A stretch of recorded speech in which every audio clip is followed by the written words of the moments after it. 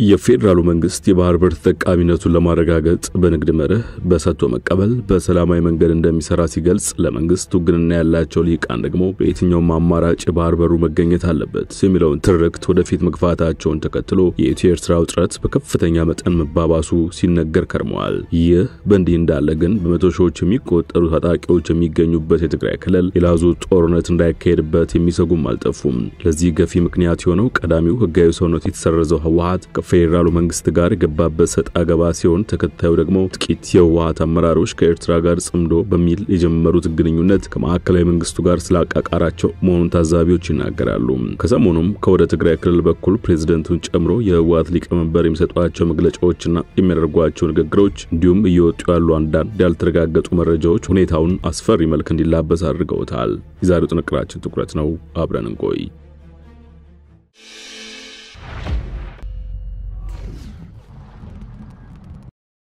ጽምዶ የሚባለው በህዝባዊ ወያነ ሓርነት ትግራይ ህወሓትና በኤርትራ ህዝቦች ዲሞክራሲና ፍትህ ግንባር ህግዴፍ መካከል የተፈጠረው አዲስ የፖለቲካ ስትራቴጂ ከተዋወቀ በኋላ ለሁለት ዓመት ደማፋሳሽ ጦርነት ተካሄደበት የትግራይ ክልል ዳግም ሌላ ግጭት ደመና ያጠላበት ይመስላል። ጽምዶ በህወሓትና ህግዴፍ መካከል ለሰላም የተመሰረተ ተደርጎ ቢነገርም በብዙሃኑ ዘንድ ግን የሚታየው ቀጣይ ሊከሰት በሚችለው ጦርነት የሚሳተፍ ኃይል ተደርጎ ነው። ጽምዶ በትግረኛ ጥምረት ግንኙነት የተለያዩ አካላት እንደ አንድ ሆነው የሚሰማሩበት ማለት ነው።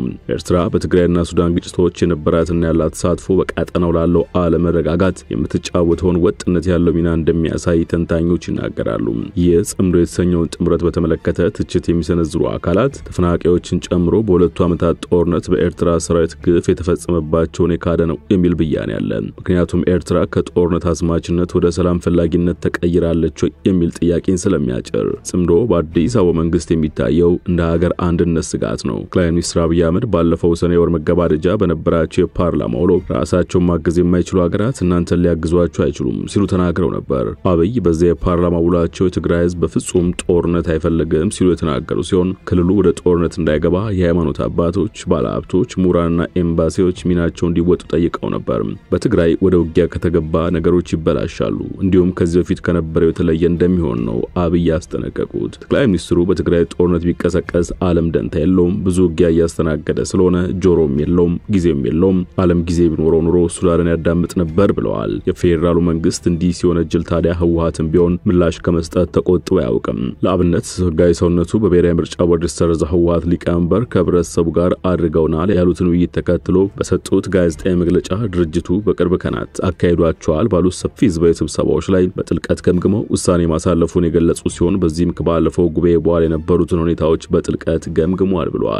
በዚህም ግምገማ በተለይ ከፕሪቶሪያው ስምምነት በኋላ አፈጻጸሙ ዋና የመወያያ አጀንዳ እንደነበር አመልክተዋል። ባለፈው ዓመት ከአፍሪካ ህብረት ፓናል ጋር በተያያዘው መግባባት መሰረት ተፈናቃዮች ወደ ቀያቸው ከመመለሳቸው በፊት ግልጽ የሆኑ ቅድመ ሁኔታዎች እንዲሟሉ ተስማምተን ነበር ሲሉ አስታውሰዋል። እነዚህም በትግራይ መሬት ላይ በኃይል ሰፍሮ የሚገኙ ወራሪ ሲሉ የጠሯቸው ሰፋሪዎችና ታጣቂዎች ሙሉ በሙሉ እንዲወጡ፣ በምዕራብ ትግራይ እያሉ በጠሩት በአማራ ክልል ወልቃይት ጠገዴ በሚል ዞን የተቋቋመው አሰራር እንዲፈርስ፣ እንዲሁም ተፈናቃዮች ወደ ቀያቸው ሲመለሱ ህይወታቸው መልሰው እንዲመሰርቱ የሚያስችል የመነሻ ድጋፍ እንዲደረግላቸው የሚሉ ነበሩ።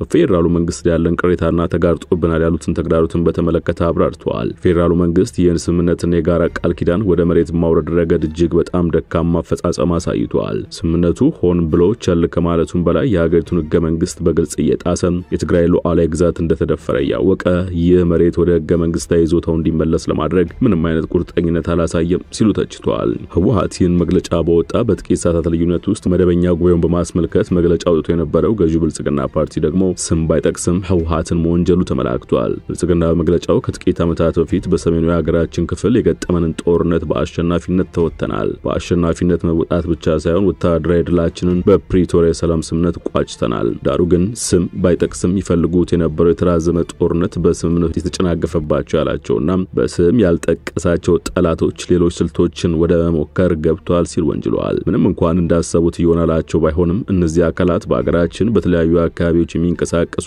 ጽንፈኞችን በመጠቀም የመንግስትን ኃይልና የህዝብን አንድነት ለመከፋፈል ጥረት ማድረጋቸውን ቀጥሏል ብሎ ወንጅሎ ነበር።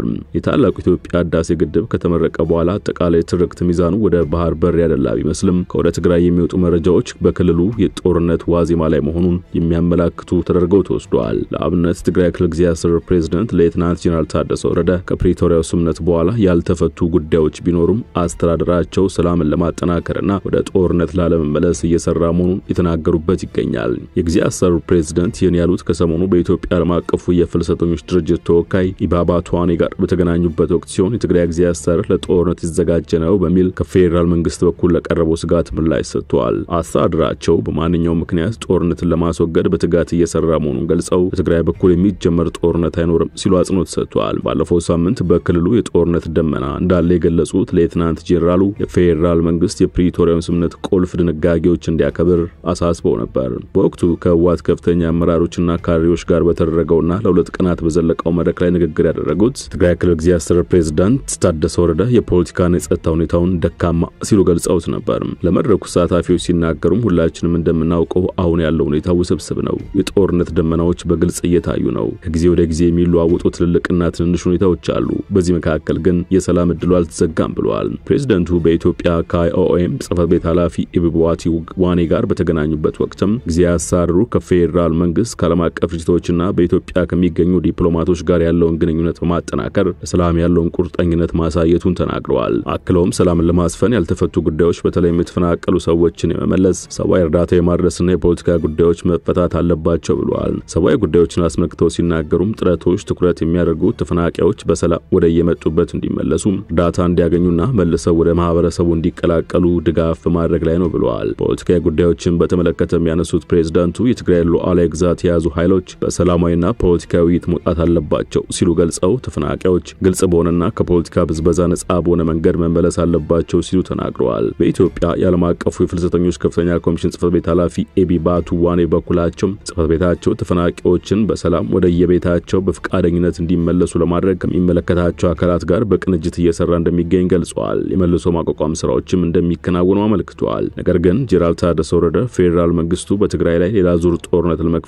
ዝግጅት እያደረገ ይገኛል በማለት በኢትዮጵያ ከተባበሩት መንግስታት የስደተኞች ከፍተኛ ኮሚሽን ኃላፊ ጋር በተወያዩበት ወቅት መናገራቸውን የክልሉ ኮሚኒኬሽን አስታውቋል። ታደሰ ጊዜያዊ አስተዳደሩ የጦርነት ደመና ለመክፈፍና ከፍተኛ ጥረት እያደረገ መሆኑን ለኃላፊው እንዳረጋገጡላቸው ቢሮ ገልጿል። በትግራይ በኩል የሚጀመር ጦርነት አይኖርም ያሉት ጄኔራል ታደሰ ጊዜያዊ አስተዳደሩ በትግራይ የተሟላና ዘላቂ ሰላም እንዲሰፍን ከፌደራሉ መንግስት ከዓለም አቀፍ ድርጅቶችና ከውጭ ዲፕሎማቶች ጋር የቅርብ ግንኙነት በማድረግ ላይ መሆኑንም ገልጿል ተብሏል። ህወሓት ጠቁሟቸው ፕሬዝዳንት የሆኑት ታደሰ ይህን ሲሉ የፓርቲው ሊቀመንበር ደግሞ የፌደራሉ መንግስት ተችቷል። ህወሓት በተለያዩ ትግራይ ከተሞች ህዝባዊ የተባሉ ስብሰባዎችን እያደረገ በሚገኝበት ወቅት ላይ መልእክት ያሳለፉት ደብረጽዮን ህወሓት ህዝባችን እንደ ህዝብ ገጥሞት ባለ አደጋ ዙሪያ እየመከረ ነው። በእነዚህ መድረኮች ደግሞ የኢትዮጵያ መንግስት የፈረመው ስምምነት እንዲያከብርና እንዲያስፈጽም ከዚህ በተጨማሪ ከጦርነት አዋጅ እንዲቆጠብ ጥሪ እየተደረገ መሆኑን አስታውቀዋል። የኢትዮጵያ መንግስት የፕሪቶሪያው ስምምነትን እየጣሰ ነው በማለት የከሰሱም ሲሆን በጦርነቱ ወቅት የነበሩ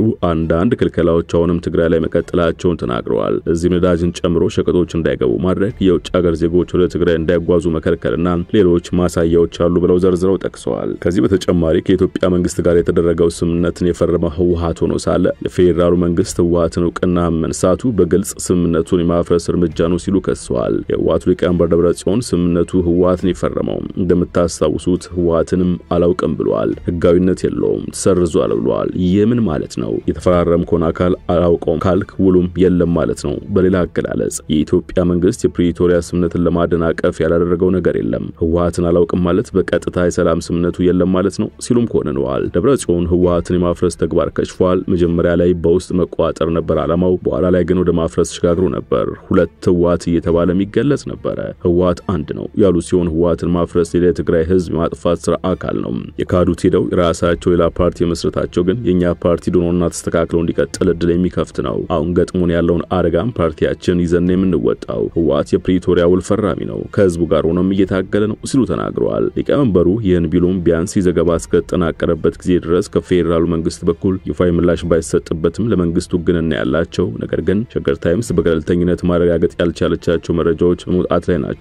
ከነሱም ውስጥ አንደኛው የትግራይ ክልል ሰላምና ጸጥታ ቢሮ ኃላፊ ሜጀር ጀነራል ፍሳ ኪዳኑ ማንጁስ ኤርትራ ተገኝተው ከፕሬዝዳንት ኢሳያስ አፈወርቂ ጋር እንደመከሩ የተሰማበት ነው። የኢትዮጵያ መንግስት ቅርብ የሆኑ ምንጮች እንደዘገቡት ጀነራል ፍሳ ማንጁስ ለሳምንት ያህል በኤርትራና ሱዳን ቆይቷል የተባለው በነሐሴ ወር መጀመሪያ ላይ ኤርትራ ነበሩ የተባሉት ማንጁስ ከዚያም ወደ ሱዳን አምርተዋል ብሏል ምንጮች። የዚህ ምክንያት ደግሞ በሱዳን የሚገኙ የህወሓት ታጣቂዎች በቅድሚያ ወደ ኤርትራ ገብተው ከዚያም በትግራይ ከሚገኙ ኃይሎች ጋር እንዲቀላቀሉ ማለም ነው ሲሉ አክለዋል። ጀነራሉ በኤርትራ ቆይታቸው ከወታደራዊና ፖለቲካዊ መሪዎች ጋር ተወያይተዋል የተባለ ሲሆን በተለይም ከፕሬዝዳንት ኢሳያስ አፈወርቂ ጋር እንዲሁም ከሀገሪቱ ሰራዊት ኤታማዦር ሹም ጀነራል ፊሊጶስ ወልደ ዮሐንስ ጋር ያደረጉትን ውይይት ጠቅሰዋል። ነገር ግን ይህ ይፋዊ ማረጋገጫ ያልተገኘለት መረጃ ቢሆንም በሶስቱ ኃይላት መካከል ያለው ውጥረት በሚዲያና ፕሮፓጋንዳ መስክ ያለውን ፍልሚያ የሚያሳይ ተደርጎ ተወስዷል። ዳግም ጦርነት እንዳይቀሰቀስ የሚጠይቁ ድምጾች ከወራት በፊት ተደጋግመው ይሰሙ እንደነበር አይዘነጋም። ዛሬው ጥንቅር በዚህ ቋጨን። ስለተከታተላችሁን አመሰግነን። ጤና ይስጥልን።